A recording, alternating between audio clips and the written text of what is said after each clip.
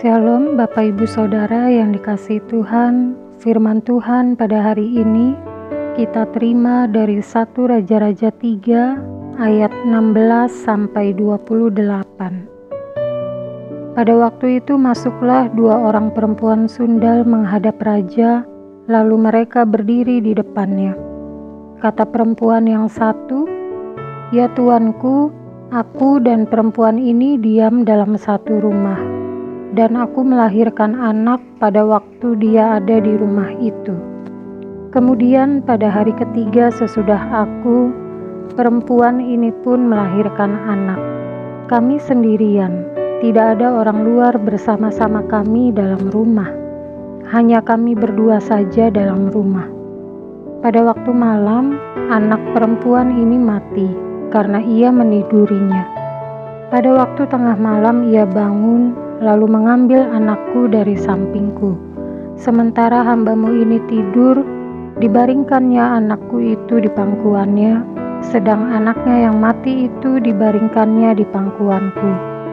Ketika aku bangun pada waktu pagi untuk menyusui anakku, tampaklah anak itu sudah mati.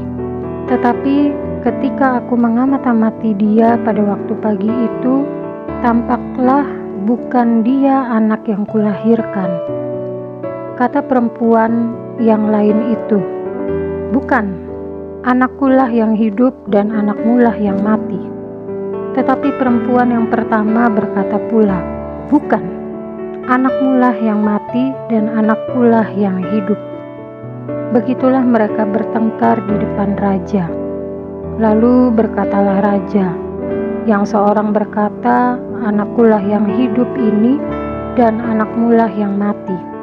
Yang lain berkata, "Bukan, anakmulah yang mati dan anakkulah yang hidup." Sesudah itu raja berkata, "Ambilkan aku pedang." Lalu dibawalah pedang ke depan raja.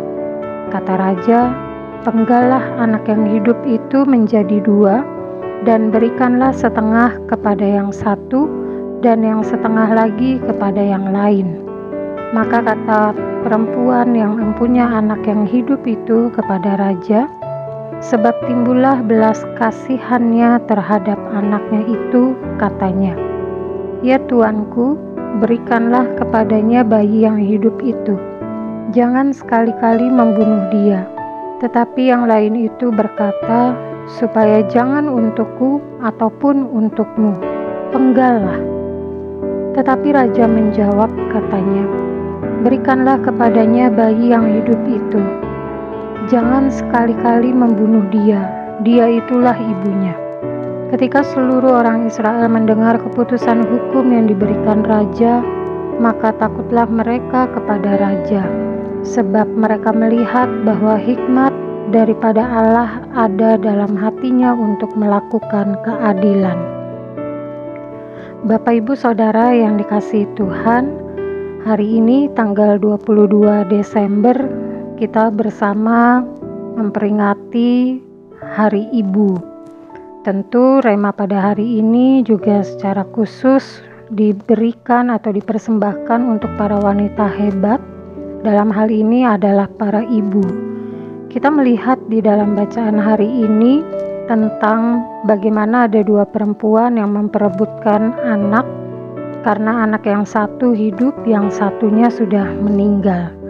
Di dalam perebutan itu hadirlah Salomo, dan dengan hikmat Tuhan Salomo memberikan cara supaya mengetahui siapa ibu kandung yang sebenarnya. Dan menariknya Bapak Ibu Saudara, ketika Salomo hendak memenggal anak itu menjadi 2, salah satu perempuan itu mengatakan jangan. Dia tidak rela ketika anak yang dikasihinya harus dibagi 2. Nah, dari situ kita dapat belajar, selain kita akhirnya mengetahui siapa ibu kandung dari anak tersebut, kita belajar 2 hal. Seorang ibu yang pertama tentu akan mengenal lebih jauh siapa anaknya. Seorang ibu yang baik, dia akan mengetahui anaknya dengan pasti, mengetahui bagaimana bentuk fisiknya, juga mengetahui dan mengenal dengan baik apa yang menjadi sifat dan karakter dari si anak. Sama dengan perempuan dalam bacaan ini, ketika dia menyusui anaknya dan didapati bahwa anak itu sudah mati, si ibu ini mengetahui bahwa anak yang ada padanya pada saat itu bukanlah anak yang dilahirkannya. Dari sini kita belajar bahwa seorang ibu pasti mengetahui dan mengenal betul seperti apa anaknya, fisiknya, sifatnya, karakternya. Lalu hal yang kedua yang bisa kita pelajari bahwa seorang ibu yang baik juga rela berkorban demi anaknya. Hal ini pun kita dapati ketika Salomo hendak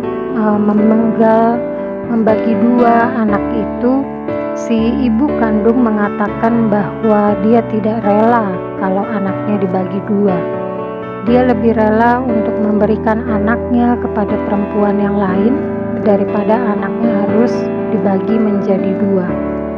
Meskipun ada resiko dia akan kehilangan anak karena anaknya akan diambil oleh perempuan lain, tetapi dia rela untuk melakukan itu. Itulah bentuk pengorbanan dari seorang ibu. Ibu yang baik tidak akan membiarkan anaknya menderita. Seorang ibu yang baik akan memperjuangkan segala sesuatunya untuk menolong anaknya. Seorang ibu rela untuk tidak beristirahat ketika anaknya sakit.